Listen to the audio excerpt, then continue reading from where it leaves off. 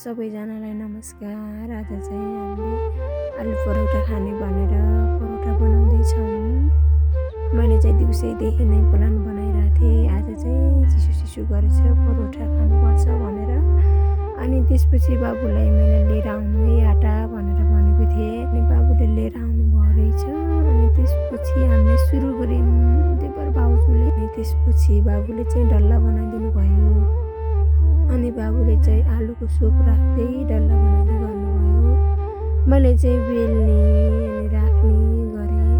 अनि त्यसपछि चाहिँ बाबुले चाहिँ डल्ला बनाउने, मैले चाहिँ बेल्ने अनि राख्ने पकाउने गरिरहेको थिएँ मैले चाहिँ। अनि त्यसपछि बाबुलाई खिचिदिनु भनेको।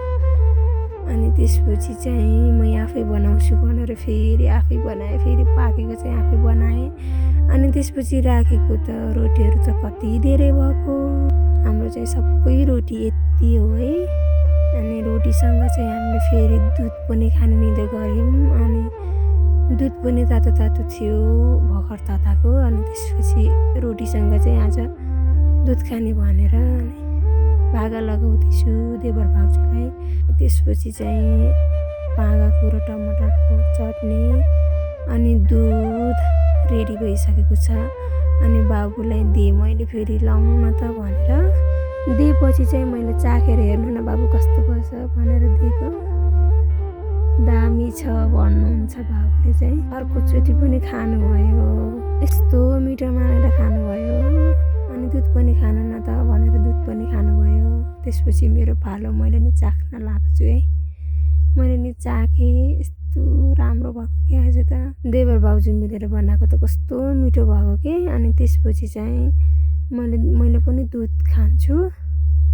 अनि दुध खाएपछि चाहिँ यस्तो मिठो लाग्यो कि मलाई। फेरि हामीले चाहिँ अगाडिको क्यामेराबाट बनाऊँ न त भनेको। मेरो चाहिँ खस्यो कि अलिकति क्यामेरामा हेर्दै खाँदै गर्छु भन्दा। अनि फेरि त्यसपछि यस्तो मिठो भएको कि। अनि अगाडि क्यामेरा गराएर पनि खायौँ। अनि त्यसपछि चाहिँ खाँदा हाम्रो रोटी सक्यो। यस्तो मिठो भयो थियो कि। सबैजनाले माया गरिदिनु होला। By by.